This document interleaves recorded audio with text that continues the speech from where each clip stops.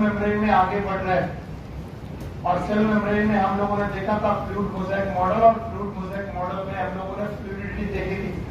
तो 1972 में दो साइंटिस्ट, एक का नाम था सिंगर और दूसरा कौन, निकोलसन, और सिंगर और निकोलसन ने मिल करके ये मॉडल हमें समझाया जिसका नाम था फ्लूइड मोज़ेक मॉडल। और आज हम लोगों ने इसका रिवीजन भी किया कि फ्लूइड मोज़ेक मॉडल में दो तरीके की प्रोटीन है, एक इंट्रिंसिक और एक एक्सट्रिंसिक। अगर मैं एक मेम्ब्रेन आपके सामने यहाँ बनाऊं, लेट्स सपोज सर ये मेम्ब्रेन है, तो आप मुझे क्या बोलेंगे सर, इस मेम्ब्रेन के इस जगह किस तरफ है साइटोप्लाज्म, क्या बेटा, तो चलो भाई ये रहा साइटोप्लाज्म, मैं बता दे रहा हूँ कि ये साइटोप्लाज्म रहा। ओके, और साइटोप्लाज्म के इस तरफ एनवायरनमेंट है, मान लीजिए ये एनवायरनमेंट है। अब वो बोलते हैं कि एनवायरनमेंट से चीजें टू एंड फ्रो जा सकती हैं toward cytoplasm and away from cytoplasm. तो साइटोप्लाज्म की तरफ चीजों का जाना या साइटोप्लाज्म से चीजों का बाहर आना, it is known as transport of material, transport of material. और ट्रांसपोर्ट ऑफ मटेरियल में अगर कोई दीवार बन के खड़ा है तो वो है प्लाज्मा मेम्ब्रेन। कौन खड़ा है? और इसीलिए मैं अपने बच्चों से कहता हूं कि प्लाज्मा मेम्ब्रेन को एक बार फिर से देखने की कोशिश करो कि सर प्लाज्मा मेम्ब्रेन में क्या क्या मिलेगा। बताइए क्या क्या मिलेगा? फॉस्फोलिपिड की बाइलेयर, बोलो क्या मिलेगा? फॉस्फोलिपिड की बाइलेयर मिलेगा। इसके अलावा आपको मिल सकती है कुछ बाहरी प्रोटीन, नाम बताओ, एक्सट्रिंसिक प्रोटीन, और कुछ थ्रू एंड थ्रू प्रोटीन, बोलो क्या, इंटीग्रल प्रोटीन, कैसे बोलो, इंटीग्रल प्रोटीन। और एक कहानी सुन लो, ट्रांसपोर्ट ऑफ मटेरियल को समझने के लिए कुछ बातें आपको आनी चाहिए। पहली बात, जो भी मटेरियल आप ट्रांसपोर्ट कर रहे हैं उस मटेरियल का नेचर या तो पोलर होगा, कैसा होगा, और या तो होगा नॉन पोलर। कैसे बोलो, एक पोलर और दूसरा, बताओ कौन होगा? हाइड्रोफिलिक। पोलर जो होगा वो कैसा होगा? कुछ लोगों ने बोल दिया पोलर हाइड्रोफिलिक होगा। कैसे बोला? Because light dissolve. अगर कोई चीज पोलर है तो उसमें प्लस और माइनस दोनों एंड है, और हमारा वाटर प्लस और माइनस दोनों एंड रखता है, H प्लस और O। चाहिए H2O लिखा है, और H2O इस पोलर की नॉन पोलर। तो बताओ अगर कोई चीज पोलर है तो वो वाटर में डिसॉल्व होगी, और कोई भी चीज अगर नॉन पोलर है तो हाइड्रोफिलिक या हाइड्रोफोबिक, हाइड्रोफोबिक। तो मटेरियल दो प्रकार के इस दुनिया में है, एक हाइड्रोफिलिक और एक हाइड्रोफोबिक। अब मेम्ब्रेन दोबारा देखो, अब मेम्ब्रेन कहती है कि मैं हूं फ्लूइड एंड मोज़ेक, मेरे अंदर दरिया यानी मेरे अंदर जो नदी है वो फ्लूइड की है, और मेरे अंदर जगह जगह पर पैचवर्क में भरी पड़ी है प्रोटीन। तो अगर मेरे थ्रू होकर के जाना है तो तुम्हें नदियां क्रॉस करनी पड़ेगी, और ये जो नदियां, ये जो दरिया है वो किसकी है? पता नहीं। और फॉस्फोलिपिड है, लिपिड, बोलो क्या है? जिनका मेजर पोर्शन, पोलर की non polar, non polar, head portion और टेल पोर्शन। तो मेम्ब्रेन जितनी भी है, दुनिया की जितनी भी मेम्ब्रेन है वो हाइड्रोफोबिक चीजों के लिए परमिएबल है। किसके लिए? हाइड्रोफिलिक की हाइड्रोफोबिक। लिपिड मतलब ऑयल, लिपिड मतलब ऑयल, और ऑयल में पानी घुल सकता है नहीं। तो पता पोलर चीजें क्रॉस हो पाती कि नहीं? नहीं। तो दुनिया में जो भी हाइड्रोफोबिक सब्सटेंसेस हैं वो मेम्ब्रेन को इजीली क्रॉस करते। कैसा? कैसा? इजीली क्रॉस करते। फिर से सुन लो, टाइम भले लगे लेकिन इसको सुन लो क्योंकि आगे फिर से काम आएगा। जितने भी हाइड्रोफोबिक सब्सटेंस है वो मेम्ब्रेन को इजीली क्रॉस कर जाते हैं। इसका कोई कारण मुझे बता पाओगे? क्योंकि मेम्ब्रेन ज्यादातर समय पर बेटा आपका पहला क्लास है, पहले आए हो, ठीक है। तो जो मेम्ब्रेन है वो हाइड्रोफिलिक की हाइड्रोफोबिक, हाइड्रोफिलिक पोर्शन भी है लेकिन मेनली कैसा है? हाइड्रोफोबिक। और हाइड्रोफोबिक चीजों से हाइड्रोफोबिक चीजें जाएंगी। तो अगर कोई हाइड्रोफोबिक सब्सटेंस है तो वो आसानी से जा पाएगा। और एक प्रोसेस होता है डिफ्यूजन। बोलो क्या होता है? थोड़ा टाइम लगेगा लेकिन आप लोग ध्यान से देखिएगा। देयर आर सम फ्लूइड्स, थोड़ा सा टाइम लगेगा लेकिन मैं समझा दूंगा। बोलते हैं फ्लूइड वो होता है जिसमें हो tendency to flow, tendency to, जो भी दुनिया में फ्लो करने की टेंडेंसी रखते हैं उन्हें बोलते हैं फ्लूइड। तो बोलते हैं अगर कोई सब्सटेंस फ्लूइड है तो उसमें फ्लो करने की टेंडेंसी है, और फ्लो करने की टेंडेंसी का मतलब उसे मूव करने की टेंडेंसी है, मूव करने की टेंडेंसी है इसका मतलब उसमें वेलोसिटी है। क्या बेटा? थोड़ी मदद करिएगा, लिखिएगा बहुत ज्यादा नहीं, लिखना बहुत ज्यादा नहीं होता, समझना ज्यादा होता है। तो अगर किसी चीज में मास के साथ साथ मूव करने की टेंडेंसी है तो क्या है? वेलोसिटी है। ओके,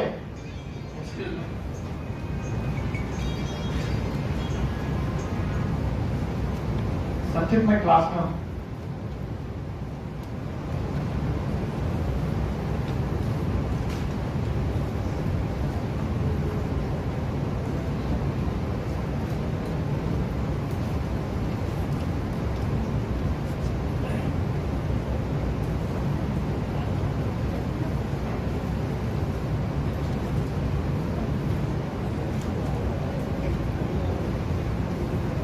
ओके, आइए सुनिए ध्यान से।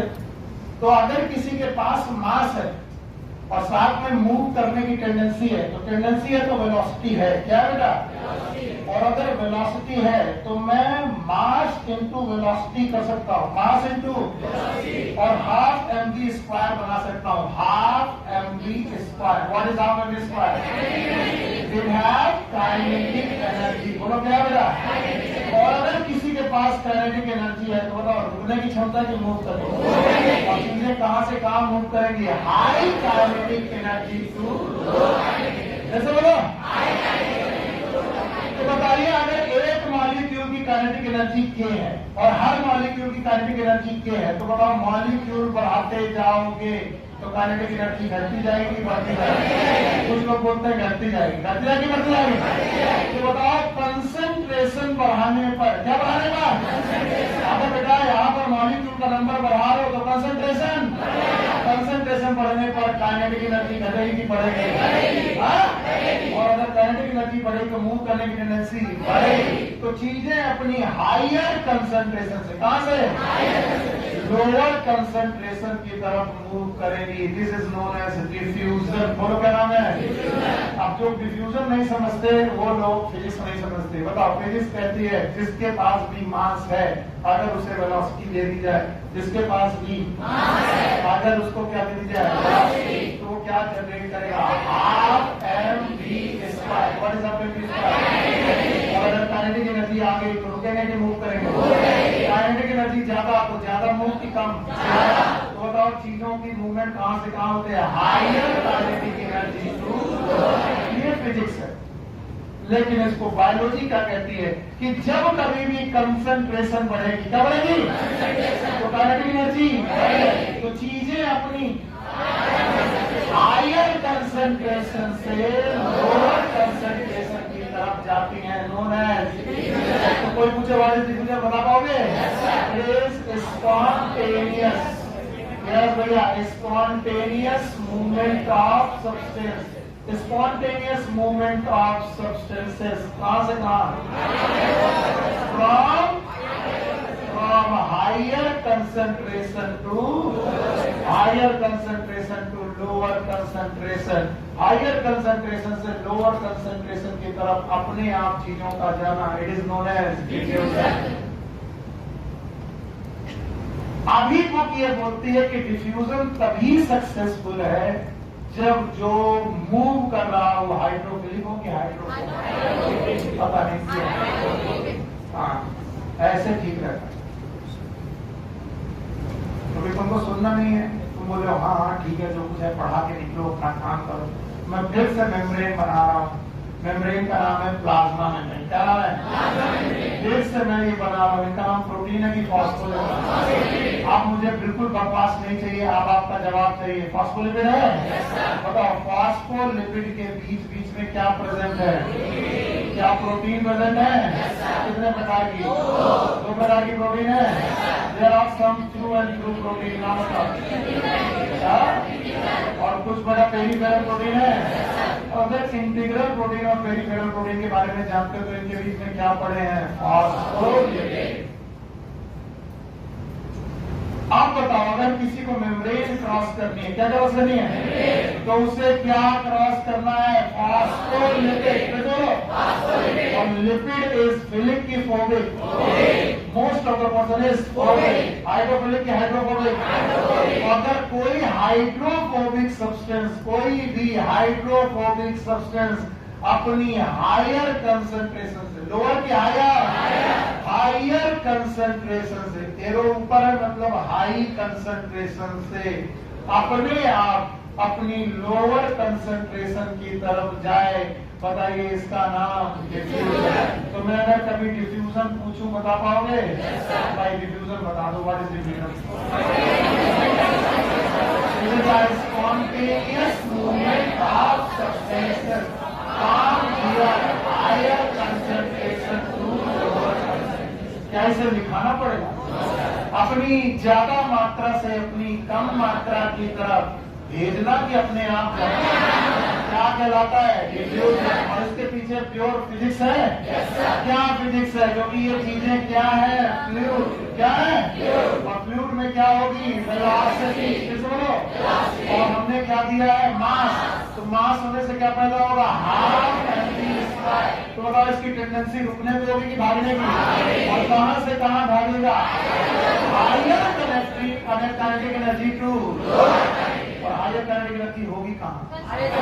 जहां पर कंसंट्रेशन ज्यादा और वहां से कम कंसंट्रेशन की तरफ चीजें जाएंगी। पर याद रहे, अगर ये कैसा हुआ? हाइड्रोफोबिक। बोलो क्या हुआ? बेटा कभी कभी कुछ चीजें होती हैं हाइड्रोफिलिक। बोलो क्या होती हैं? हाइड्रोफिलिक होने पर उनके साथ समस्या क्या आती है कि वो वाटर लविंग है। कैसी लविंग है?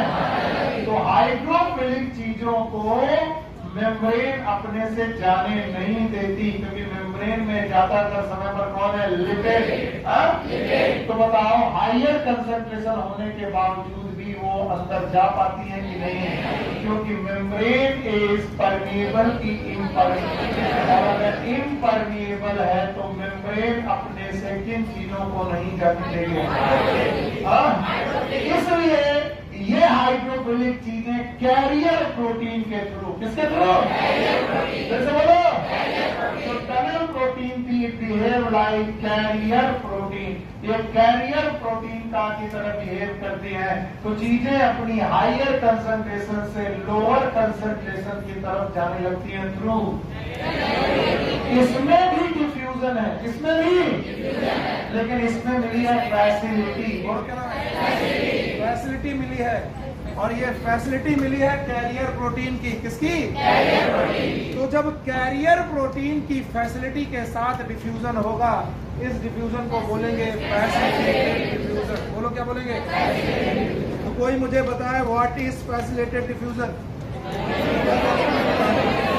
What is facilitated diffusion? Spontaneous movement of substances from there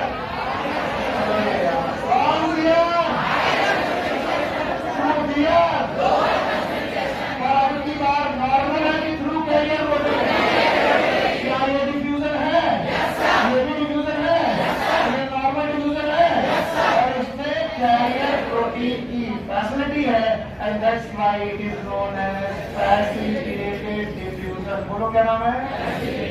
कई बार मैंने पढ़ाया है कि लोग नॉर्मली चल के जा सकते हैं, लेकिन अगर लोग बेटा व्हील चेयर की फैसिलिटी से जाए, व्हील चेयर पे चल के जाए, कार पे चल के जाए, तो नॉर्मली चल रहा है कि फैसिलिटेटेड? तो यहाँ पर जो कार है उसका नाम कैरियर प्रोटीन। तो बताओ दो डिफ्यूजन हो गए, एक कौन? Simple diffusion. बोलो क्या बोलेंगे? तो दोनों में अंतर बताओगे? पहले दोनों में सिमिलरिटी बताओ। दोनों में हायर से, दोनों में हायर से, दोनों में अपने आप। पक्का? एक थ्रू कैरियर और एक बिना कैरियर। पक्का? और दोनों में एनर्जी की जरूरत बताओ, जो काम अपने आप होते हैं उनमें एनर्जी की जरूरत और एनर्जी की जरूरत नहीं है, तो डिफ्यूजन हो कि फैसिलिटेटेड डिफ्यूजन हो, इसमें एनर्जी की जरूरत। तो हमको बिल्कुल समझ में नहीं आया। एक अंतर अगर और आ जाए, बताइए सिंपल डिफ्यूजन किसका हो जाए? तो बताओ फैसिलिटेटेड डिफ्यूजन किसका होता है? हाइड्रो।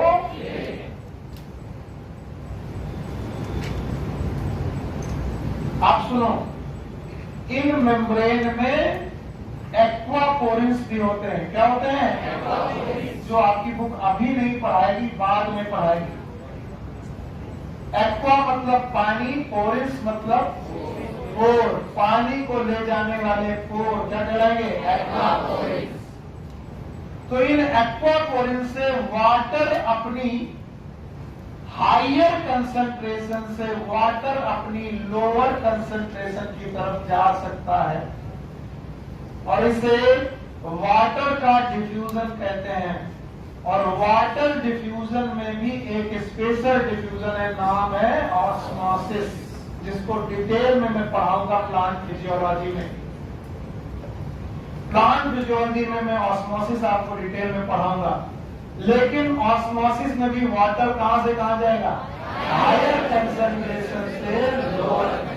तो osmosis is a type of diffusion. Osmosis भी एक प्रकार का डिफ्यूजन। बताओ, इन तीनों के तीनों प्रोसेस में कहीं पर भी एनर्जी का लॉस है कि नहीं? कोई भी प्रोसेस जबरदस्ती किया जा रहा है कि अपने आप? बताओ, diffusion is spontaneous, facilitated diffusion is osmosis is. और ये क्या होते हैं, इनका डिटेल में ट्रांसपोर्ट इस प्लान में आपको पढ़ाऊंगा। फिलहाल आप इतना ही याद रख लो। What is diffusion?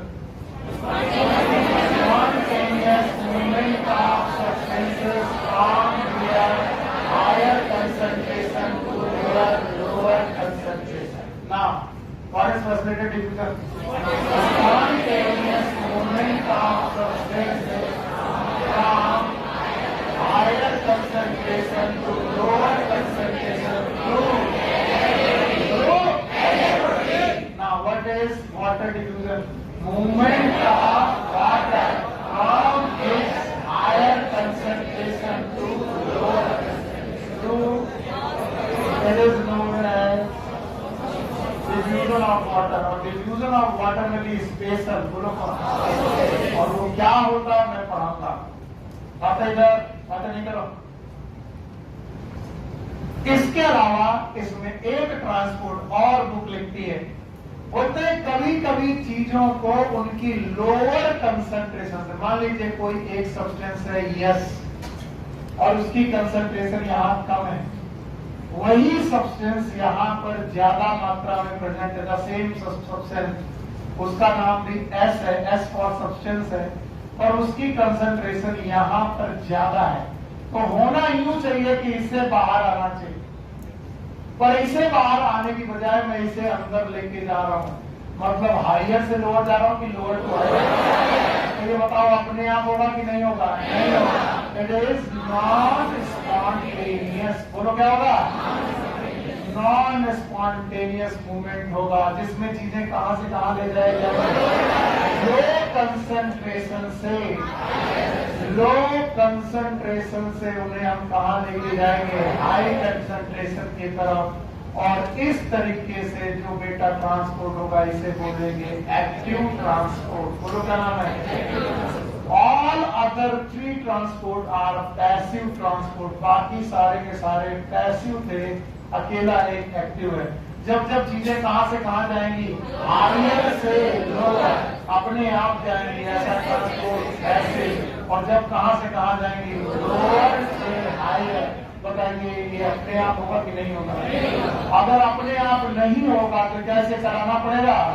और जो काम कराए जाते हैं उसमें क्या खर्च होती है? तो क्या इसे एनर्जी खर्च करके करेंगे?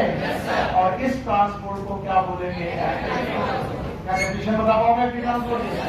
बताओ what is it? Non spontaneous movement of substances from low concentration to high concentration by the help of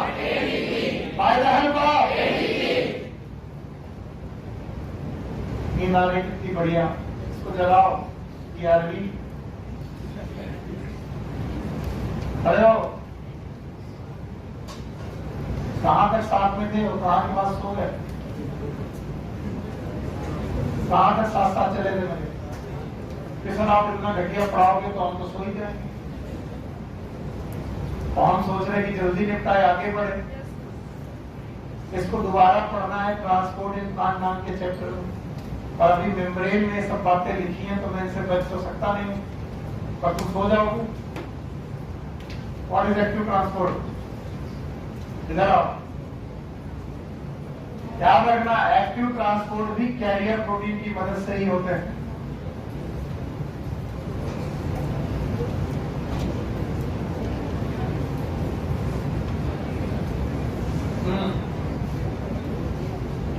what is active transport? अपने आप हो जाएगा। प्रोटीन की जरूरत पड़ेगी और कोई जरूरत पड़ेगी? और कोई जरूरत पड़ेगी नहीं। सो जाओगे तो फिर तो जरूरत नहीं पड़ेगी। बजाय करता लेके आया करो, गर्मी सर्दी लगे तो अपना वो रात में सो जाओ, पूरी उड़ी लेके आया करो, आप ही लो। पहली बार है, बैठो में बहुत मार खाओ।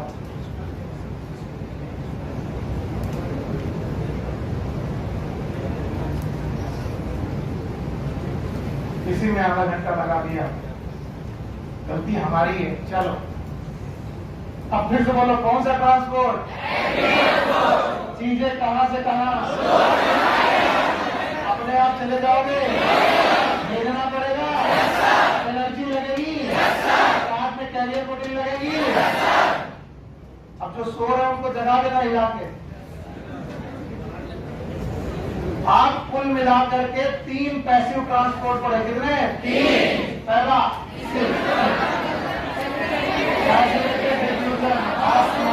इनमें एनर्जी की जरूरत नहीं है, पर इनमें से एक को कैरियर प्रोटीन की जरूरत है। बोलो क्या एक्टिव ट्रांसपोर्ट में भी कैरियर प्रोटीन की जरूरत है? No sir. और ये जो कैरियर प्रोटीन है इन्हें बोलते हैं पंप्स। क्या बोलते हैं? वो पंप्स कहलाते हैं जिनसे पानी निकलता है ना। वो पंप्स कहलाते हैं जो लो कंसंट्रेशन से हाई कंसंट्रेशन की तरफ चीजों को जोड़ते हैं। और किसकी हेल्प से? ऐसे ही पंप में एक पंप का नाम है सोडियम पोटेशियम पंप। तो बिना रट्टा मारे जान लो, सोडियम पोटेशियम पंप में ट्रांसपोर्ट सोडियम का भी होता है। और पर कैसा होता होगा? लो टू हाई की high to low? Low to high. और क्या खर्च होती होगी? अभी भी नहीं आया। और अगर बेटा कोई कैरियर प्रोटीन अपने थ्रू जाने दे और बिना एटीपी को यूज किए, उन्हें बोलते हैं चैनल। बोलो क्या बोलते हैं? तो बताओ कैरियर प्रोटीन कितने प्रकार की? 2। एक और चैनल और एक और कैरियर प्रोटीन 2 प्रकार की, एक पंप कहलाएंगी और एक चैनल, जो अपने थ्रू जाने दे बिना एनर्जी यूज किए चैनल, और जो एटीपी यूज करे वो। इनका डिटेल मैं छोड़ूंगा नहीं, पूरा डिटेल पढ़ाऊंगा जब ट्रांसपोर्ट इन प्लांट पढ़ाऊंगा। आगे एक पैराग्राफ संभालना है कि कहीं वो पैराग्राफ उनसे छूट ना जाए, तो वो पैराग्राफ संभालने के चक्कर में मैंने इतना डिटेल पढ़ाने की कोशिश की। क्या आप लोग इस पैराग्राफ को संभाल पाओगे? नहीं संभाल पाएंगे सर, थक गए। संभाल लोगे? बताओ, क्या प्लाज्मा मेम्ब्रेन अपने से ट्रांसपोर्ट भी करती है? क्या ये सिलेक्टिव परमेबल है? सिलेक्टिव का मतलब सबको जाने दे, कुछ लोग। सिलेक्टिव लोगों को अपने थ्रू जाने दे, ऐसी परमेबल मेम्ब्रेन का नाम सिलेक्टिव। और ये टोटल मिला करके 4 प्रकार के ट्रांसपोर्ट कर रही है। चारों के नाम याद है? बोलो पहला,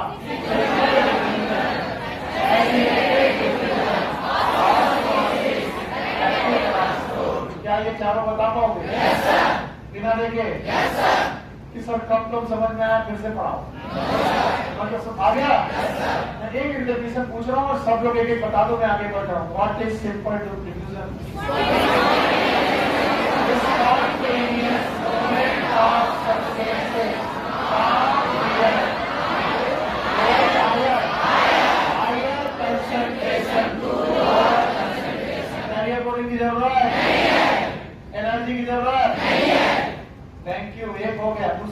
फैसिलिटेटेड डिफ्यूजन। बताओगे?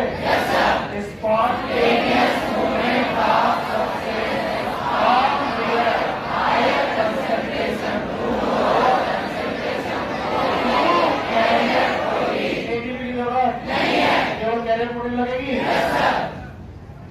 आप बताओ, ऑस्मोसिस है?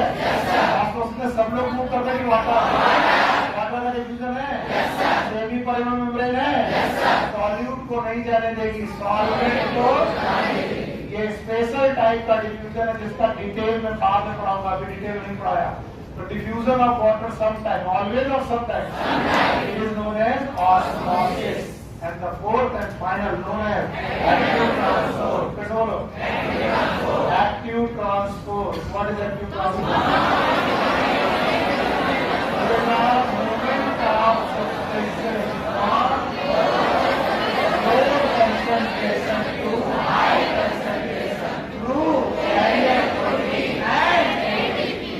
प्रोटीन की जरूरत है? Yes sir. ATP की जरूरत है? Yes sir. और लो से हाई की हाई टू लो? स्पॉन्टेनियस की नॉन स्पॉन्टेनियस। क्या दो प्रकार की कैरियर प्रोटीन हो गई? एक फर्स्टेटेड डिफ्यूजन में और एक फर्स्टेटेड डिफ्यूजन में जो कैरियर और इनमें क्या किसी पंप का नाम जानते हो? सोडियम और पोटेशियम को मूव कराता होगा अलॉन्ग की अगेंस्ट कंसंट्रेशन, और एटीपी यूज करता होगा। उसको भी पढ़ेंगे जब हम लोग मेम्ब्रेन पढ़ रहे होंगे नर्व की, और हम लोग एक्शन पोटेंशियल और रेस्टिंग मेम्ब्रेन पोटेंशियल पढ़ रहे होंगे।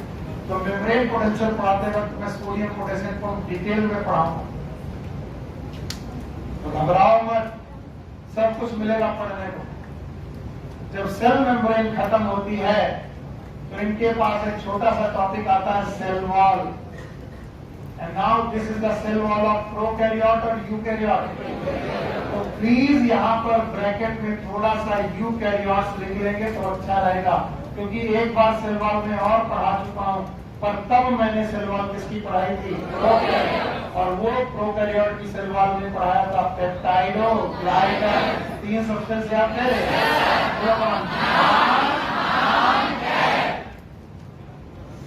याद आया? अब की बार ये सेल वॉल किसकी है? यूकैरियोट। और यूकैरियोट में 4 लोग हैं, टोटल कितने? 4। एक है प्रोटिस्टा, एक है फंजाई, और एक है प्लांट, और एक है एनिमल।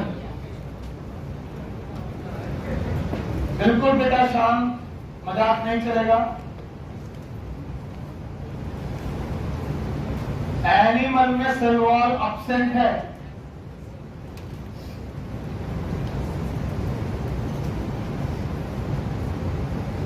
एब्सेंट है। पता नहीं क्यों यार वहां पर जब प्रॉब्लम है। यहां देखते रहो, नहीं मैं आया तो मालूम है। एनिमल में सेल वॉल एब्सेंट है। प्रोटिस्टा में may be present, may be absent. और ये जवाब आप लोग मुझे देंगे कि कब प्रेजेंट और कब एब्सेंट, बिना मैं पढ़ाए आगे बढ़ूंगा नहीं। प्रोटिस्टा के 5 लोग याद हैं? बोलो।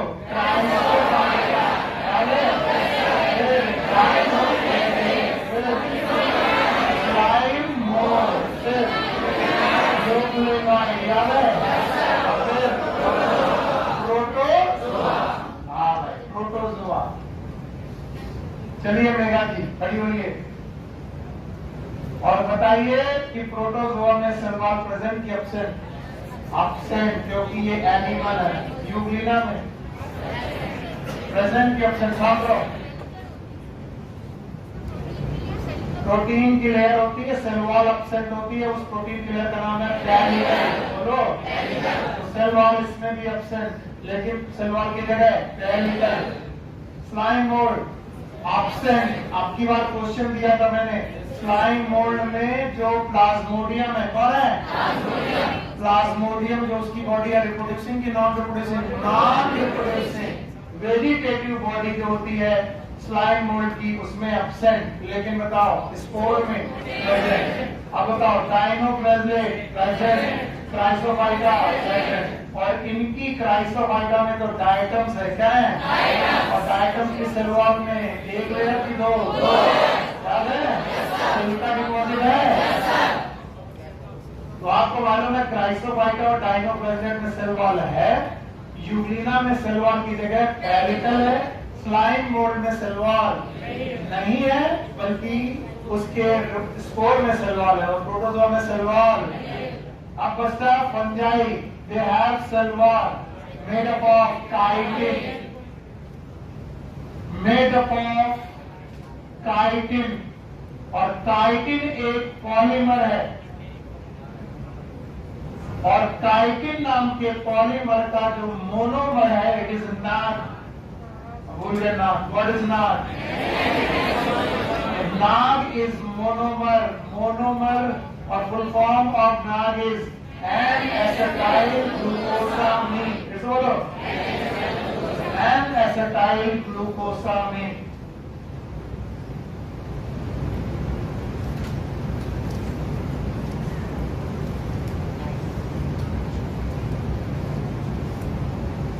N acetyl glucosamine. और भाइयों बहनों, अब बचा प्लांट, और प्लांट में है 5 लोग। कितने लोग याद है? एक है मोनेरा, एक है प्रोटिस्टा, और ब्रायोफाइटा, और स्टेरिडोफाइटा, और जिम्नोस्पर्म, जिम्नोस्पर्म और एंजियोस्पर्म।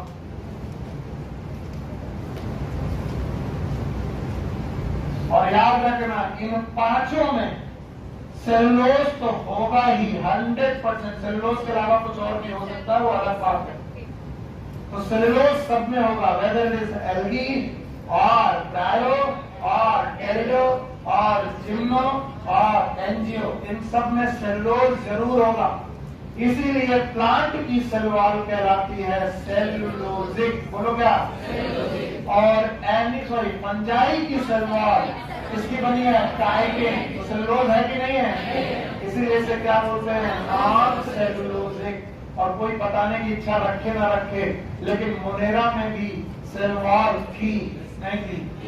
प्रोकैरियोट की यूकैरियोट, प्रोकैरियोट। और वहां थी नाग, नाम है सेलुलोजिक की, नॉन सेलुलोजिक। तो बैक्टीरिया की सेल वॉल, फंजाई की और प्लांट की, यानी एल्गी, ब्रायो, टेरिडो, जिम्नो, एंजियो, इन 5 में कम से कम क्या होगा? और भी चीजें होंगी, लेकिन कम से कम कितना होगा? सब नहीं आया? आया। और आगे मैं और पढ़ाऊंगा, अभी चिंता मत करो। अभी केवल सेल वॉल में इतनी चीजें बताओ। बताओ सेल वॉल किसकी पढ़ने जा रहे हो? प्रो की यू? प्रोकैरियोट में हर बंदे के पास सेल वॉल थी? नाम बताओ। बताओ हर बंदे के पास प्रोकैरियोट में सेल वॉल थी? नहीं थी। किसके पास नहीं थी? माइकोप्लाज्मा के पास। और जिनके पास भी थी उनके पास क्या था? पेप्टाइडोग्लाइकन।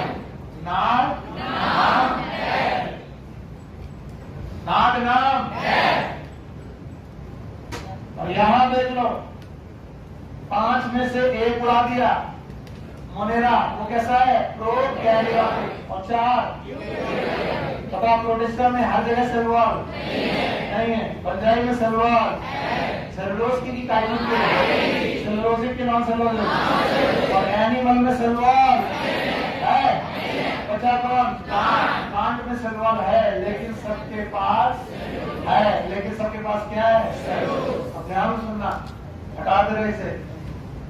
इनमें से एल्गी की सेल वॉल और रेस्ट ऑफ द प्लांट की सेल वॉल में थोड़ा अंतर है। बाकी सारे प्लांट में कौन कौन बचे? बताओ। ब्रायो, टेरिडो, जिम्नो, एंजियो। और एल्गी की सेल वॉल में और बाकी सारे प्लांट की सेल वॉल में थोड़ा थोड़ा अंतर है। जो एल्गी की सेल वॉल है वो बनी है 4 चीजों से। ऐसे रट्टा मारेंगे, सीएम, जीएम। जब भूल जाए तो ऐसे याद रखें, CM, GM. C for cellulose, cellulose तो होना ही था। Yes, M for manganese, G for galactans,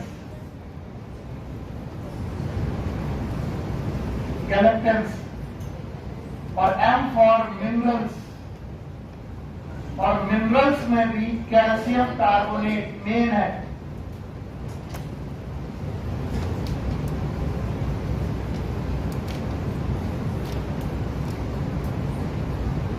तो एलगी की सेल वॉल में CM GM याद रखेंगे। C for cellulose, M for manganese, G for गैलेक्टेंस, M for minerals.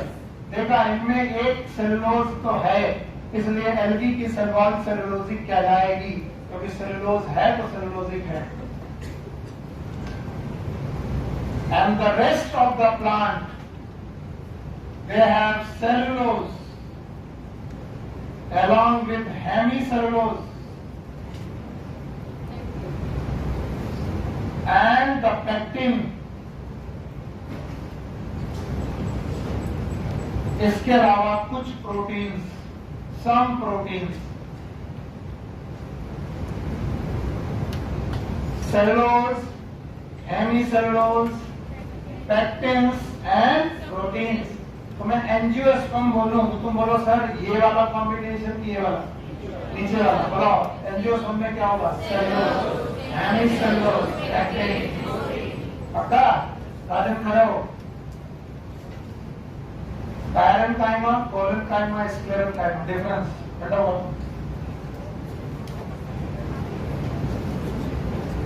Parenchyma, collenchyma, sclerenchyma, difference आओ।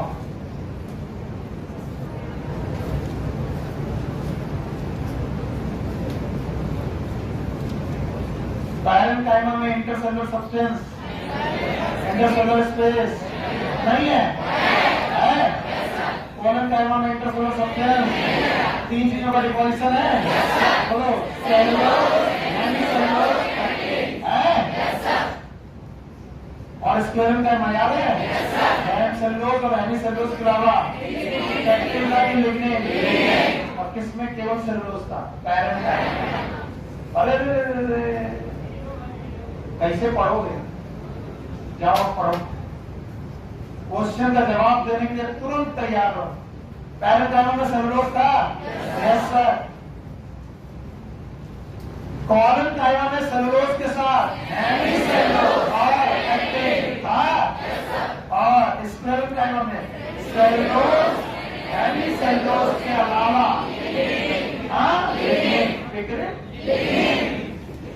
खाओगे सो रहे आप।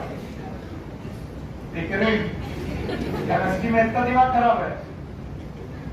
लेकिन था इसमें से कौन सी डेट थी? तो कोई मैं रॉकेट साइंस नहीं पढ़ा रहा, उन्हीं कोशिकाओं की वॉल पढ़ा रहा हूं। और याद रखना, प्लांट हो कि एल्गी हो, रादर प्लांट में ज्यादा याद रखना, they are made up of two type of wall. One is known as primary cell wall। बोलो क्या नाम है? Primary cell wall. और दूसरी तरीके की cell wall it is known as secondary cell wall. शायद तुम लोग बातें मेरी आगे खींच के ले जा पाओ, शायद, पर मुझे डर है कि तुम गलत भी कर सकते हो। Primary cell wall is always made up of cellulose, maybe sometime hemicellulose। लेकिन सेकेंडरी सेल वॉल में जो सेकेंडरी डिपोजिशन है वो हो सकते हैं या तो पेक्टिन, बोलो किसमें?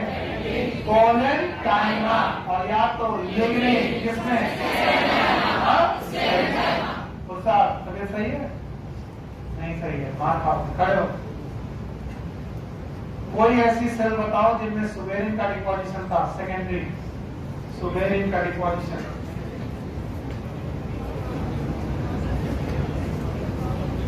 चलो एक स्ट्रिप के नाम से थी, कैसे बोलो?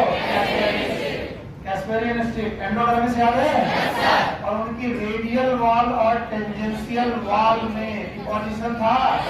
प्राइमरी डिपोजिशन थी, सेकेंडरी किसका? सुबेरिन। तो घबराओ मत। Secondary lignin, suberin. और किसी को कॉर्क याद है? फेल्लोजन याद है? फेल्लोजन बाहर की तरफ फेल्लम निकालता था और कॉर्क सेल बनाता था, और वो कॉर्क सेल लिविंग थी कि डेड? उनमें सुबेरिन डिपॉजिट था। प्राइमरी की सेकेंडरी? सेकेंडरी। किसी को कोई मतलब नहीं है। सर क्यों पूछते हो? हमें रट्टा मारने तो पूछने से सर दिमाग पड़ जाता है, हमें दिमाग नहीं पढ़ाना है, हमें तो 3-4 साल अभी और गुजारते हैं यहाँ पर ताकत जो के। और सर गलियां छाननी है सर, आप ही अकेले टीचर थोड़ी ना हो, तो अन्याय है कि केवल बायोलॉजी सुनील सर से पढ़ी, और सारे लोग हैं सबसे पढ़ के देखेंगे तब सेलेक्ट होंगे। बताओ सेल वॉल कितने प्रकार की हो सकती है? 2। एक कौन? प्राइमरी, दूसरा सेकेंडरी। चाहे प्राइमरी हो चाहे सेकेंडरी हो, इन सेल वॉल को बनाने का काम, अगर किसी को याद हो, लिक्विड नेचर और fluid nature of plasma membrane भूल गए। प्लाज्मा मेम्ब्रेन का फ्लूइड नेचर के कुछ फायदे थे। वो क्या था? सीक्रेट करती थी सेल वॉल। बोलो सेल वॉल कौन बनाता है? भगवान। भूल गए। Cell wall is secreted by plasma membrane. बोलो कौन? और मुझे डर है कि तुम इस क्वेश्चन को सॉल्व कर पाओगे, और सच में मैं डरता हूं। याद करो, मैंने मीजोसोम्स पढ़ाए थे। क्या पढ़ाए थे? Mesosome was the extension of plasma membrane. याद है? कितने प्रकार के? 3। और उनका काम भी क्या था? Cell wall. याद है? तो सेल वॉल बनाना भगवान का काम है। तो जगाओ जगाओ इनको। क्यों सुनोगे बेटा? आप ऐसा क्या हो गया? सब लोग ऐसा तो सब सो रहे हो, ऐसा तो नहीं सो रहे तुम? हाथ तो गड़बड़ हो गया, समझ में नहीं आ रहा। डांस होना चाहिए। ऐसे डांस करते रहो, फिर आ जाएगा मई, अफकोर्स खत्म नहीं होगा, फिर गाना बनाना ओ मेगा ओ मेगा। और उसकी बात नहीं रहती है ओ मेगा के बाद में किसी ने रैप बनाया था, भूल गया यार, मुझे याद था, बड़ा बढ़िया रैप था। चैन को याद है? उसके मोबाइल में है। कोचिंग के नाम पर तूने ठग लिया। हाँ, अब कोर्स होना नहीं, और जब कोर्स कराना चाहेगा तो हमको कहना चाहिए स्टूडेंट पढ़ने के नाम पर सो गया,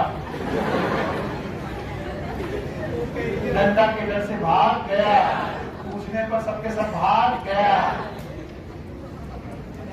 बाकी क्या कल लड्डू बंटवाएंगे, वहां तक भीड़ लगेगी, बंटवा दीजिए। ऐसा कोई काम करो, बंटवा दें।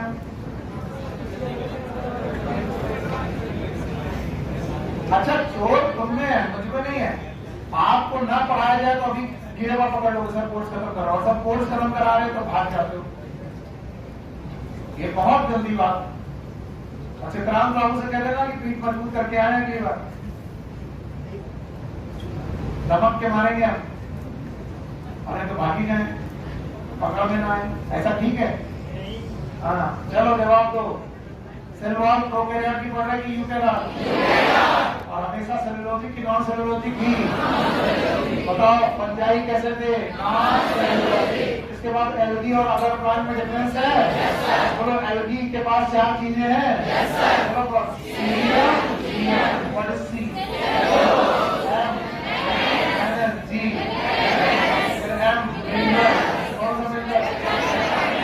कैल्शियम। बाकी प्लांट याद है? उनमें क्या है? कभी भूलो ही नहीं। पैरेंट काइमा के बाद कोलन काइमा पड़ा था। कोलन काइमा का कंटेंट होता है सेल वॉल में। बोलो कौन कौन? कभी कभी और भी होता है, सुबेरिन होता है, लिग्निन होता है। बताओ सुबेरिन कैस्पेरिन स्ट्रिप में था, कॉर्क में था, और स्क्लेरोकाइमा में लिग्निन। तो बताओ सेल वॉल कितनी? 2। एक और प्राइमरी और एक सेकेंडरी। जो मैं पढ़ाने जा रहा हूँ बुक में दिया है लेकिन डायग्राम नहीं दिया। सब लोग यहाँ देखें, बोलते हैं दो प्लांट सेल आप ले लो, मान लो ये प्लांट सेल की प्लाज्मा मेम्ब्रेन है, प्लाज्मा मेम्ब्रेन, और ये दूसरी प्लांट सेल की प्लाज्मा मेम्ब्रेन। बहुत ध्यान समझना, मैं डर रहा हूं क्योंकि मुझे लगता है कि तुम नहीं बता पाओगे, बार बार गड़बड़ करते हैं बच्चे। ये प्लाज्मा मेम्ब्रेन है, ये भी प्लाज्मा मेम्ब्रेन। अब इन प्लाज्मा मेम्ब्रेन के बीच में एक लेयर बनती है जिसका नाम है कैल्शियम पेक्टेट। बोलो क्या नाम है? Calcium pectate.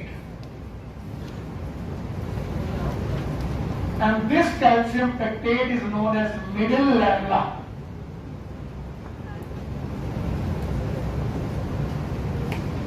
यानी दो कोशिकाओं को आपस में जोड़ने वाला सब्सटेंस। बोलो कौन? कुछ बुक ऐसी बोलती है कि कैल्शियम पेक्टेट के अलावा मैग्नीशियम पेक्टेट भी हो सकता है, पर एनसीईआरटी नहीं बोलती है ऐसा। एनसीईआरटी कहता नहीं, केवल कौन? Calcium pectate. यानी दो कोई भी कोशिकाएं ले लो, उनके बीच में कैल्शियम पेक्टेट नाम का मिडिल लैमेला होगा। क्या होगा? और ये मिडिल लैमेला इन दो कोशिकाओं को जोड़ रहा है। इसके बाद सर ये है प्लाज्मा मेम्ब्रेन। बोलो क्या है? और प्लाज्मा मेम्ब्रेन का काम है सेल वॉल बनाना। क्या बनाना? क्या बनाना? सेल वॉल बनाना। तो जब प्लाज्मा मेम्ब्रेन पहली बार सेल बनाती है तो वो अपने बाहर की तरफ सेलुलोज, हेमीसेलुलोज और पेक्टिन डिपॉजिट करती है। सेलुलोज और हेमीसेलुलोज को डिपॉजिट करती है, और जैसे ही सेलुलोज और हेमीसेलुलोज को पहली बार डिपॉजिट किया गया, this is known as primary cell wall.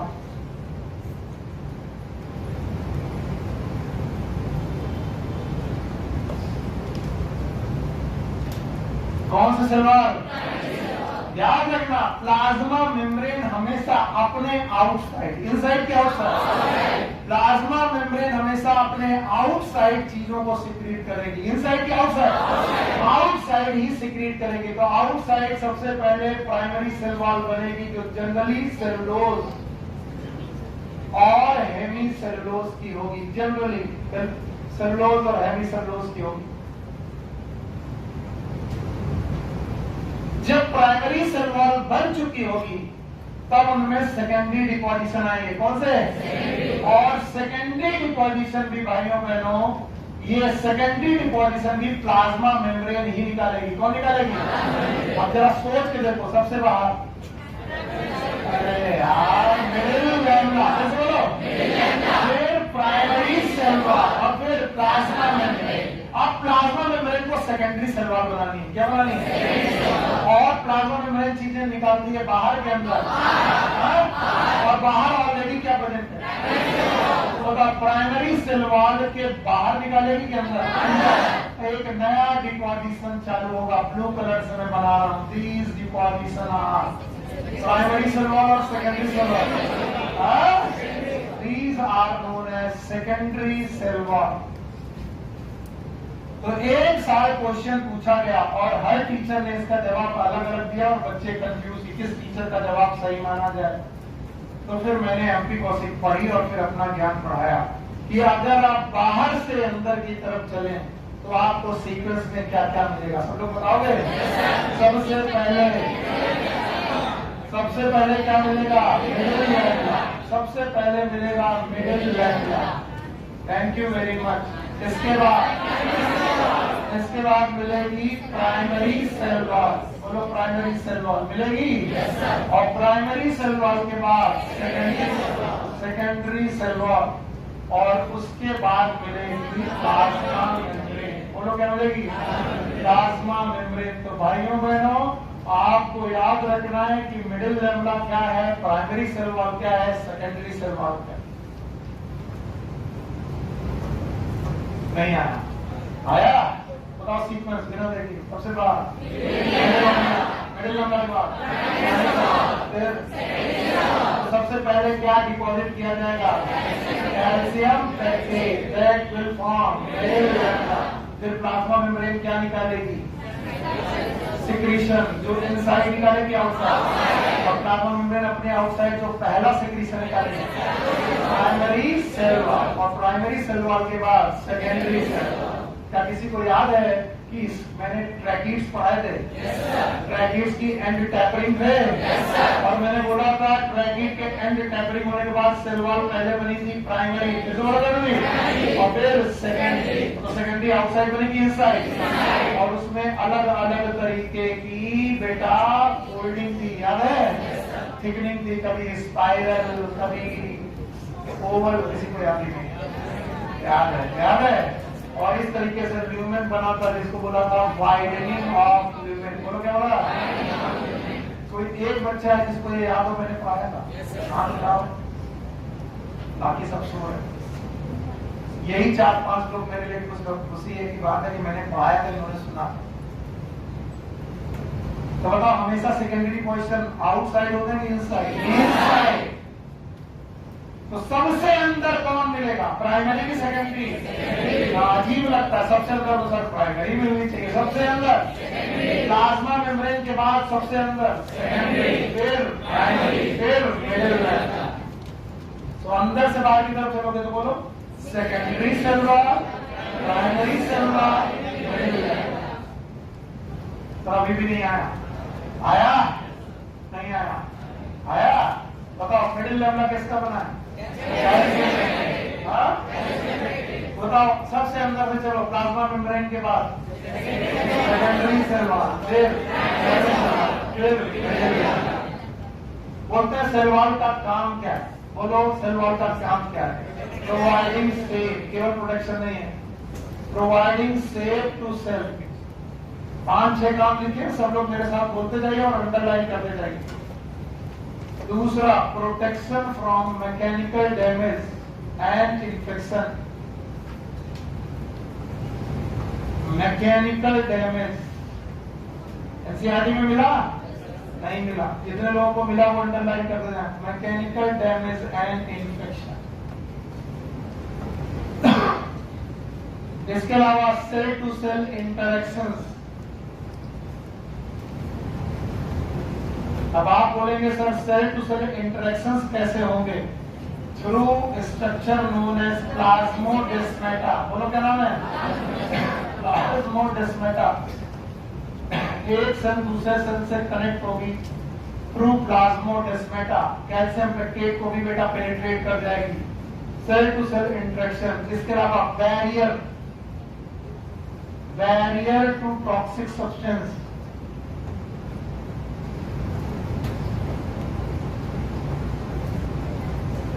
और कुछ दिया है? बुक में अंडरलाइन करो। क्या सेल वॉल शेप मेंटेन करेगी? प्रोटेक्शन करेगी? किससे?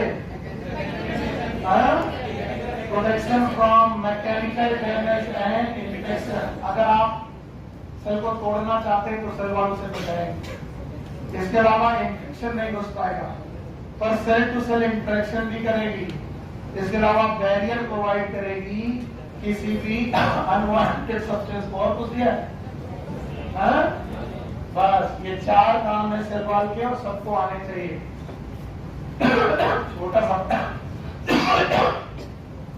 छोटा सा पैराग्राफ है, लेकिन उस छोटे से पैराग्राफ में बहुत सारी इंफॉर्मेशन है, और इस छोटे से पैराग्राफ की इंफॉर्मेशन को समझ करते हटा दें? नहीं सर, हाँ हटा रहे।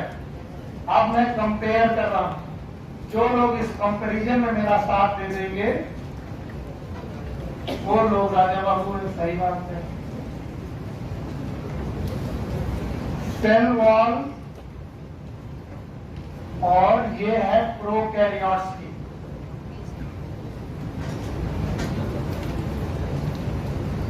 और दूसरी तरफ है सेल वॉल यूकैरियोट्स की।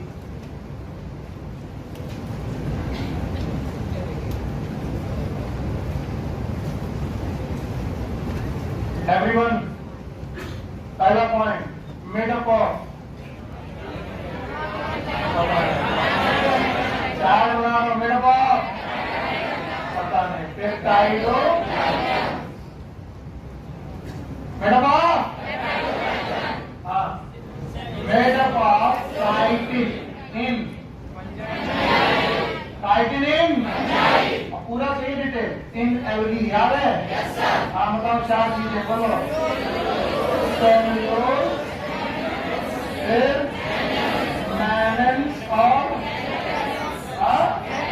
गैलेक्टेंस और मिनरल्स याद रहेगा? हाँ मिनरल में भी कौन मिनरल? अच्छा बाकी प्लांट याद है? बोलो सेल्यूलोज और बोलो हेमी सेल्यूलोज और पेक्टिन होगा और प्रोटीन। बहुत मदद कर रहे हो अगर एक साथ सब पढ़ पा रहे हो। बताओ peptidoglycan is made up of नाम और इसको सिक्रीट करेंगे मीजोसोम्स। कौन सिक्रीट करेंगे? तो लिख लेंगे सिक्रीटेड बाई और इनको सिक्रीट करेंगी प्लाज्मा मेम्ब्रेन।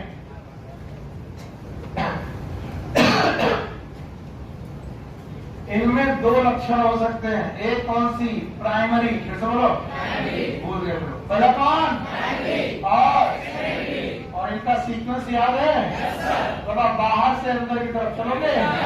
पहले मिडिल लैंगुला के बाद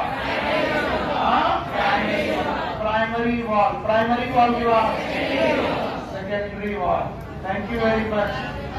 और फिर कौन है? Plasma membrane. प्लाज्मा मेम्ब्रेन को छोड़ दो, बाहर चलो। सबसे बाहर मिडिल लैंगुला, फिर प्राइमरी सेल, फिर इनमें ऐसा कोई डिफरेंशिएशन, इनमें केवल पेप्टाइडोग्लाइकन है। कैल्शियम पेप्टाइड जैसा कोई भी चीज नहीं।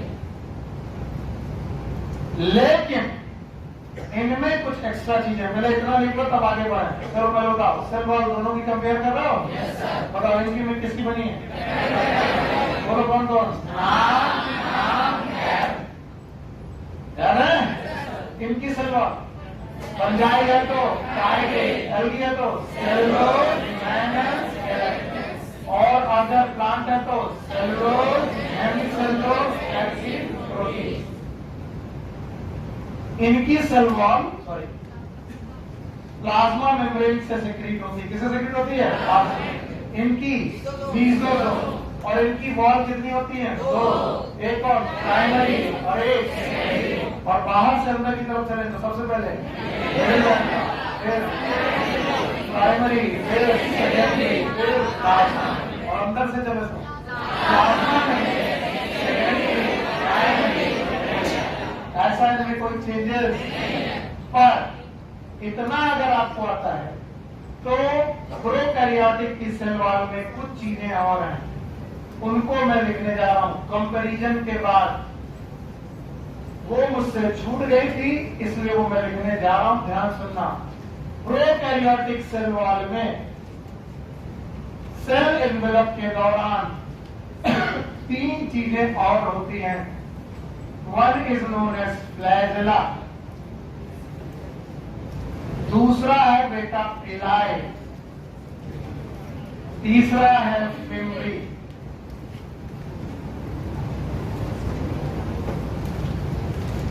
बताइए फ्लैजेला, पिलाई और फिम्बरी ये किसकी सेल वॉल में होते हैं?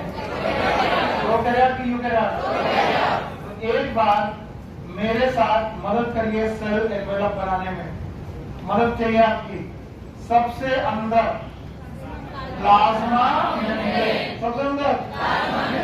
इसके बाद भूल गए सेल वॉल है? किसकी बनी है? नाम। और उसके बाद ग्लाइकोकैलिक्स। अगर ये ग्लाइकोकैलिक्स लूज है तो किसी को सच में फर्क नहीं पड़ा। बीच में बेटा सेल वॉल है, प्लाज्मा मेम्ब्रेन है, लिख दे रहे सबसे अंदर plasma membrane, PM. What is PM? बीच में सेल वॉल, बोलो क्या है? और सबसे बाहर ग्लाइकोकैलिक्स। इतना ही सीख गए हो तो बहुत है। अच्छा, प्लाज्मा मेम्ब्रेन के अंदर आप जब एंट्री करेंगे तो मिलेगा साइटोप्लाज्म, जिसमें प्रेजेंट है डीएनए। क्या प्रेजेंट है?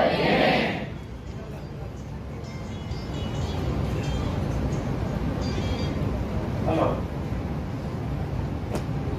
मालूम है मैं क्लास में हूँ, कोई नाम बताओ। मैं तो क्लास में हूँ। अच्छा,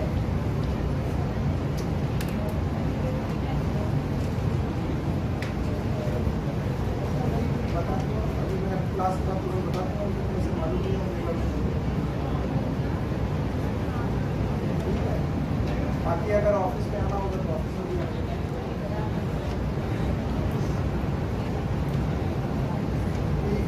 और कुछ बताना होगा डन करेंगे इसे। ठीक है, बेहतर।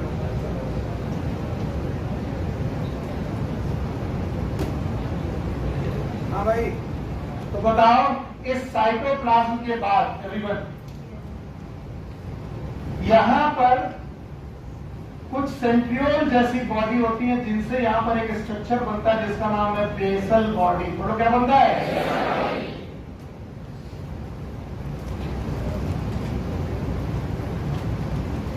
इस बेसल बॉडी से पूरी सेल वॉल के बीच में एक स्ट्रक्चर होता है जिसका नाम होता है हुक, और हुक के बाद इसमें थ्रेड लाइक स्ट्रक्चर निकलता है जिसका नाम है फिलामेंट। बोलो क्या नाम है? तो किसी भी फ्लैजला को जब आप देखेंगे, क्या देखेंगे? तो कितने पार्ट मिलेंगे? तीनों के पार्ट के नाम बताओ। बताओ, ये यू कैरियर में होगा कि प्रो कैरियर? बोलो क्या क्या? बेसल बॉडी, अगर मैं इसे ऐसे बनाऊं तो लाइक दिस, सबसे नीचे बेसल बॉडी, फिर हुक, और इस हुक से निकला हुआ बोलो क्या? Filament. So it is basal body, इसके बाद हुक, और हुक के बाद फिलामेंट। याद रखना, flagella is the outgrowth of cell wall. In prokaryotes, prokaryote में फ्लैजला जो होता है वो सेल वॉल का आउटग्रोथ है, जिसमें कितनी बॉडी है? 3। बोलो कौन कौन? Basal body, hook and filament. बोलते हैं फ्लैजला अगर प्रेजेंट है तो बैक्टीरिया होते हैं मोटाइल, और अगर फ्लैजला एब्सेंट है तो बैक्टीरिया कैसे होते हैं? Non motile. तो फ्लैजला का मेन काम है मोटिलिटी। बातें मत करो, फ्लैजला का मेन काम क्या है? और सेल में फ्लैजला का डिस्ट्रीब्यूशन की बेसिस पर, फ्लैजला के डिस्ट्रीब्यूशन की बेसिस पर बैक्टीरिया 4 प्रकार के, on the basis of number and distribution. ये सब एनसीईआरटी में दिया है, एक लाइन में दिया गया होगा, ज्यादा नहीं दिया होगा। Number and distribution of flagella, bacteria are of many types. बातें करना बंद करो बेटा। मान लीजिए ये बैक्टीरिया है, ये भी बैक्टीरिया है, ये भी बैक्टीरिया है, और ये भी बैक्टीरिया है। मैं कह रहा हूं चारों बैक्टीरिया है, लेकिन चारों डिफर कर रहे हैं। देखिए कैसे। अगर बैक्टीरिया के पास एक फ्लैजला एक तरफ है, इसे बोलेंगे मोनोट्राइकस।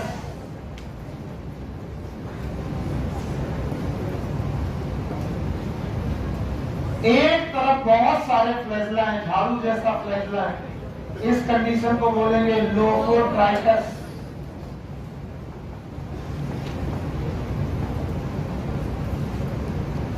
और अगर फ्लैजला दोनों तरफ है एक एक, it is known as amphitrichous. Amphi मतलब बोथ, दोनों तरफ। और अगर फ्लैजला चारों तरफ है, it is known as peritrichous. E coli E coli के पास एक फ्लैजला की बहुत सारा, और एक तरफ की चारों तरफ।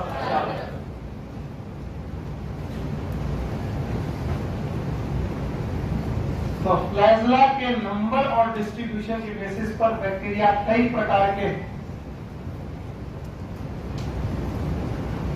एक तरफ एक फ्लैजला इट इज मोनोट्राइकस, एक तरफ बहुत सारे फ्लैजला इट इज लोफोट्राइकस,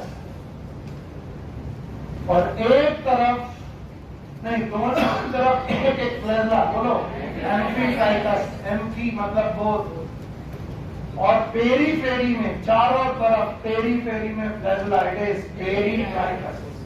और ये यूकैरियोट की प्रोकैरियोट में फ्लैजला। और याद रखना कि फ्लैजला इनके जो फिलामेंट है they are made up of flagellin protein, flagellin नाम की प्रोटीन के बने। फ्लैजलिन, फ्लैजला को बनाने वाली protein is known as flagellin protein.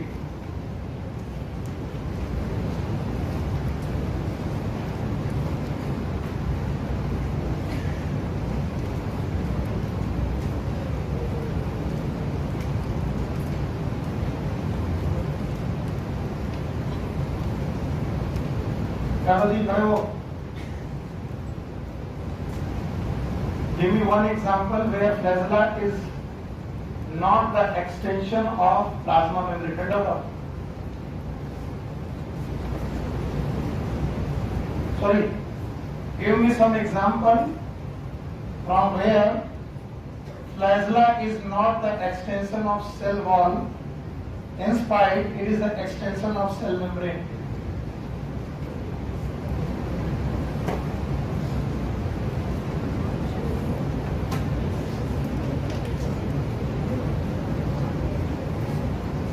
Class पढ़ना नहीं है, इधर उधर घूमना है?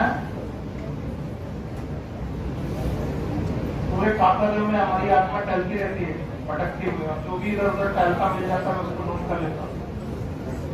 केवल क्लास और घर में जाकर के पढ़ना है, इधर उधर घूमना नहीं। यस, किसी को प्रोटोजोआ याद है? प्रोटोजोआ एनिमल होते हैं, और अगर एनिमल है तो उसमें सेल वॉल है। प्रोटोजोआ 4 है, चारों के नाम याद है? एक का नाम अमीबा, जैसे बोलो, दूसरे का नाम सीलिएटेड, तीसरा फ्लैजेलेटेड। अगर वो फ्लैजेलेटेड है तो उसके पास भी क्या है? फ्लैजला और सेल वॉल है कि नहीं है? नहीं है। ये इसलिए कि ज्यादा घूमते फिरते लोग, पढ़ाई लिखाई एकदम ध्यान से। तो बताओ भाई साहब, आप लोग को याद होगा कि आप फ्लैजला के बारे में पढ़ रहे हो और सर आपको उल्टा पढ़ा रहे। क्या पढ़ा रहे? It is outgrowth of cell wall. लेकिन कभी कभी क्या ये बिना सेल वॉल के भी निकल आते हैं? जैसे कि पता नहीं, जैसे कि प्रोटोजोआ। प्रोटोजोआ में सेल वॉल है? प्रोटोजोआ में सेल वॉल है। और क्या ट्रिपैनोसोमा याद है? फ्लैजला होता है? सेल वॉल है कि नहीं है? प्लाज्मा मेम्ब्रेन है? तो हर बार सेल वॉल से ही निकले जरूरी नहीं जी। ये नया क्या मिला होगा, बैठा करो क्लास में, ठीक? तो हर बार फ्लैजला जरूरी नहीं कि किससे निकले? Cell wall. कभी कभी सेल मेम्ब्रेन से भी निकल आते हैं। बताओ, फिर भी उनमें 3 पार्ट होंगे, बोलो कौन? बेसल वॉल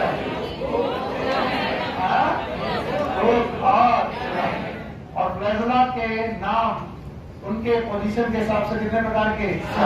नंबर 1 मोनोट्राइकस,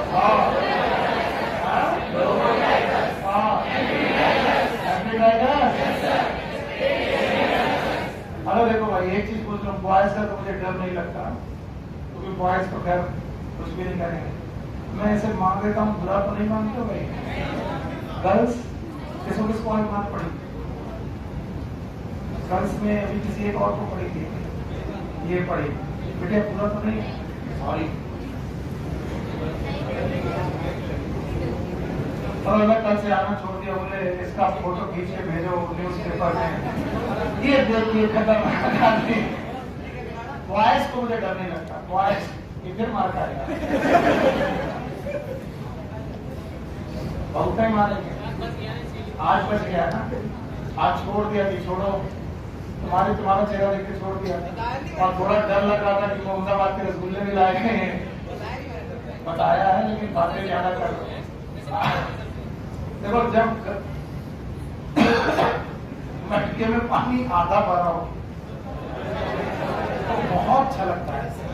और जिन नदियों में गहराई कम होती है उनका शोर बहुत ज्यादा, और जिन नदियों में बहुत गहराई होती है वो बहती बहुत तेज से लेकिन बड़ा शांत। तो जब ज्यादा शोर करता है आदमी, चाहे टीचर हो चाहे स्टूडेंट हो, समझ लेना उसका नॉलेज बहुत हल्का है, आधा भरा है।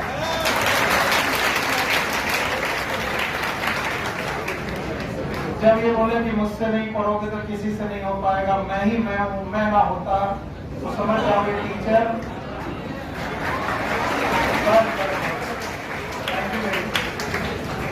तो ये चीजें हमेशा रखो, अपने अपने अपने बिहेवियर में रखो कि आपको ज्यादा सराहा जाएगा जब आप समय आने पर बोले। हमेशा बोलना बोलना बोलना, टीचर के सामने मजाक करना, ये मेरी आदत थी। और जब तक मैं सीख पाता तब तक समय निकल गया था। 3 साल हो गए तैयारी करते करते, तब जाके सिलेक्शन। और जिस साल सिलेक्शन हुआ उस साल में सबसे ज्यादा शांत था। कोई क्वेश्चन पूछता था तो भी जवाब नहीं देता था। मैं जानता था ज्यादा उचक्कर बोलने से कुछ नहीं होता। अल्टीमेटली तुम्हारा रिजल्ट, तुम्हारा वो जो नीट का स्कोर कार्ड होता वो मायने रखता है। और जब उसकी वजह से तुम मेडिकल कॉलेज के अंदर जाते हो, तुम्हारे अंदर से अपने आप थैंक यू निकलते हैं कि आप थैंक यू सर, आपकी वजह से क्वेश्चन सही हुआ। और मेरी वजह से अगर क्वेश्चन गलत भी होगा तो बहुत सारी गालियां भी निकलती हैं। तो अपना बिहेवियर को बहुत शांत रखा करो। और याद रखा करो कि यहाँ पर गर्ल्स भी बैठे हैं, बॉयज भी बैठे हैं, और दोनों लोगों को, तीनों लोगों को मिलकर, मी, गर्ल्स एंड बॉयज, तीनों लोगों को मिलकर के क्लास का माहौल बड़ा बढ़िया रखा। बहस करना, मजाक करना, कमेंट करना, भद्दे कमेंट करना, it is just like a house, घर है हमारा।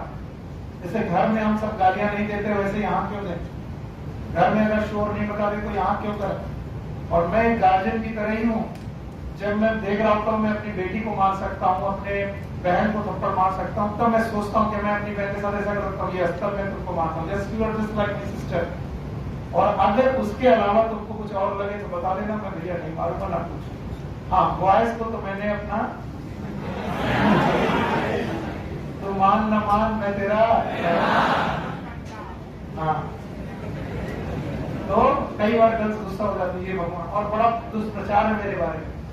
2-3 बार फोन आता है, सर सुना है आप मारते हो। तो मैंने कहा हाँ, मैं कभी नहीं कहता हूँ ना, अच्छा सर फिर ठीक रहने दो, मैं आपसे नहीं पढ़ूंगी, ठीक है। फिर दुष्प्रचार है कि वो बहुत मारते हैं, बहुत करते हैं। तो ऐसे में मेरा चेहरा भी खतरनाक है, हाँ, मेरा बॉडी लैंग्वेज भी खतरनाक है। हाँ, सूर्य कह हाँ। तो देखो, मेरा केवल उद्देश्य ये है कि मैं तुम्हें बहुत ज्यादा थप्पड़ मार के नहीं, मैं तुमसे कहता हूँ कि तुम मार क्यों खाओ, तुम आसानी से पढ़ के आओ। और बिना पढ़े क्लास में बैठोगे तो तुम्हें डर लगना ही चाहिए, और अगर पढ़ के बैठोगे तो तुम्हें डरने की जरूरत, जो बता देता क्या उसको भी मारता हूँ। और ये डर जरूरी है, बहुत जरूरी है। तुलसीदास जी कह गए कि विनय न मानत जलति जल, गए 3 दिन भी, और बोले राम प्रकोप तब, भय बिनु होए न। प्रेम के लिए भी भय की जरूरत है, प्रेम के लिए भी भय की जरूरत है। बाप का जो प्रेम है बच्चे के लिए, बच्ची के लिए, वो भय वाला है। आप अपने पापा से, हो सकता है उसके पापा बड़े पोलाइट हों, लेकिन मेरे पापा बड़े खतरनाक। वो जैसे ही आते थे मैं सोने का बहाना करता था और मैं रजाई के अंदर घुस जाता था, और वो कहते थे सो नहीं रहा, इसको उठाओ। पर क्या मैं अपने पापा को लाइक नहीं कर पाता? करता। पर मैं क्यों आपका पापा हो सकता हूँ? क्यों हो सकता हूँ? फीलिंग है। If I feel you like my daughter, my sons, my brother and my sister, जिनकी एज थोड़ी ज्यादा है वो ब्रदर सिस्टर माने, जो थोड़ी कम है वो डॉक्टर है। और जो मानना है मान लो। सर आप मेरे को बाबा जैसे लगते हो, नाना जैसे लगते हो, ठीक है। पर बाबा हमें लिविंग फॉसिल ना बोलो।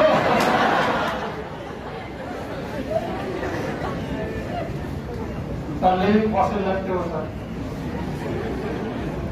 जिंदा हो लेकिन पूरे फॉसिल हो। अरे आइटम जस्ट रिकॉर्ड, आप लोगों का केवल एक उद्देश्य है। जो इतने सारे रिजल्ट आए, अभी एक बच्चे के 610 नंबर थे, बड़ा रुआसा था, उसको सिलेक्शन नहीं हो रहा था, तीसरी काउंसलिंग में उससे बधाई मिल गया। अब उसका मैसेज आया, थैंक यू सर, मुझे बधाई मिल गया। मेरा क्या रोल है उसमें? मेरा कोई रोल नहीं, मैंने तो सबको पढ़ाया था। तो मुझे लगा एक सिलेक्शन और बढ़ गया, चलो एक काका जो कि मंडी से और दूर है। It's not good place.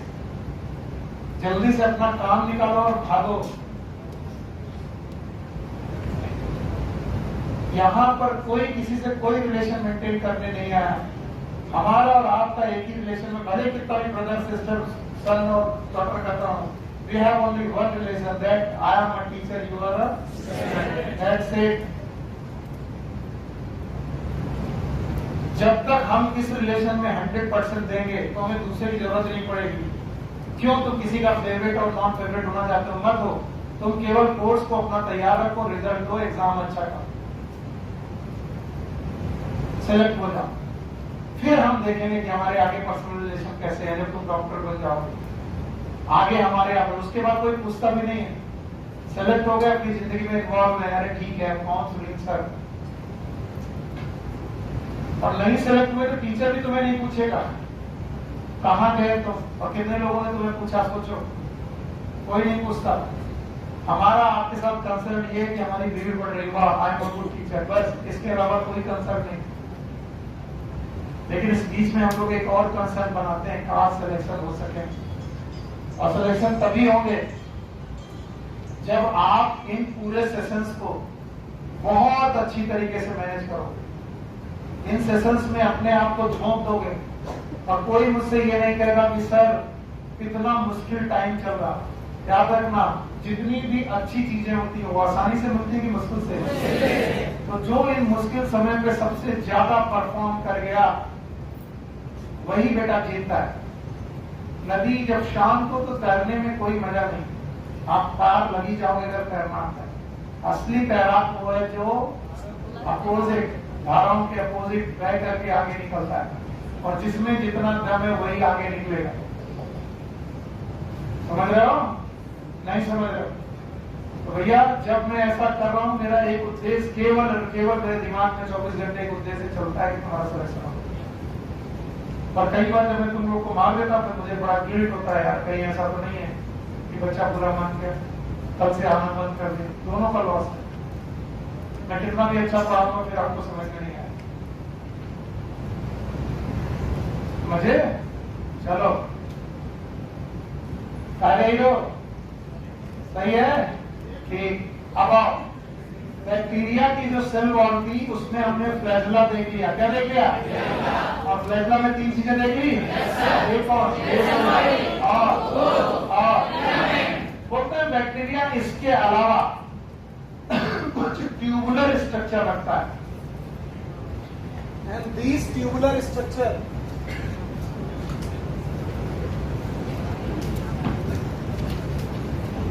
ये जो ट्यूबुलर स्ट्रक्चर है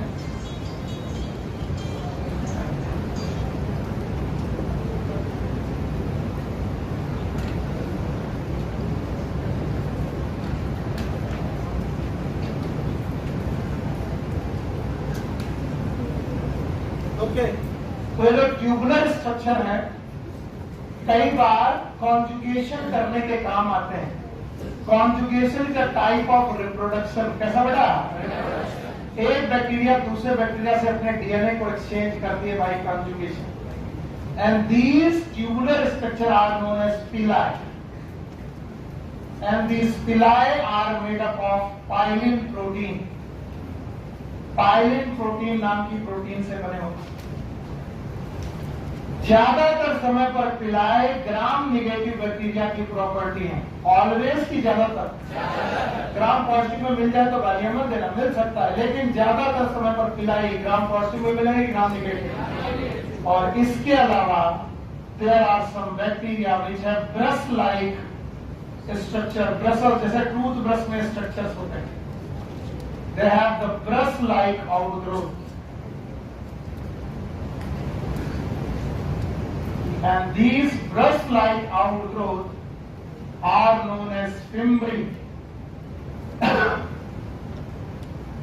And these fimbri are for attachment. Glycocalyx का काम भी क्या था? अटैचमेंट। और फिम्बरी का काम भी क्या होता है? अटैचमेंट। बैक्टीरिया किसी ग्लास सरफेस से, सॉलिड सरफेस से अटैच होना चाहता है तो फिम्बरी का काम आता है, और ये फिम्ब्रिन नाम की प्रोटीन के बने होते हैं। फिम्ब्रिन नाम की प्रोटीन के बने होते हैं। और ये मैंने किसकी सेल वॉल को एक्सटेंड किया है? प्रोकैरियोट की यूकैरियोट। प्रोकैरियोट। तो बताइए फ्लैजेलिन प्रोटीन का क्या बना? फ्लैजेला। पायरिन का फ्लाइड, और फिम्ब्रिन का फिम्ब्रिन। सबके काम एक जैसे के अलग अलग। किसका काम है? रिप्रोडक्शन। किसका? अटैचमेंट। फिम्ब्री का मूवमेंट नहीं है, और फ्लैजेला का मूवमेंट। अगर फ्लैजेला है तो मोटा है, नहीं है तो। अब बताओ, इतनी चीज बता दो और फिर घर जाओ शाम को 6 बजे आओ। बताओ, सेल वॉल ऑफ यूकैरियोट याद है? बीचों बीच मिडिल लैमेला होगा। मिडिल लैमेला किसका बना होगा? कैल्शियम। फिर बेटा आपको बाहर से अंदर की तरफ जाओगे, सबसे बाहर प्राइमरी वॉल, फिर पहले कौन रिलीज होगी? प्राइमरी, फिर सेकेंडरी। इसीलिए secondary wall is always inside to primary. और बताओ इसका सेक्रीशन कौन करेगा? प्लाज्मा।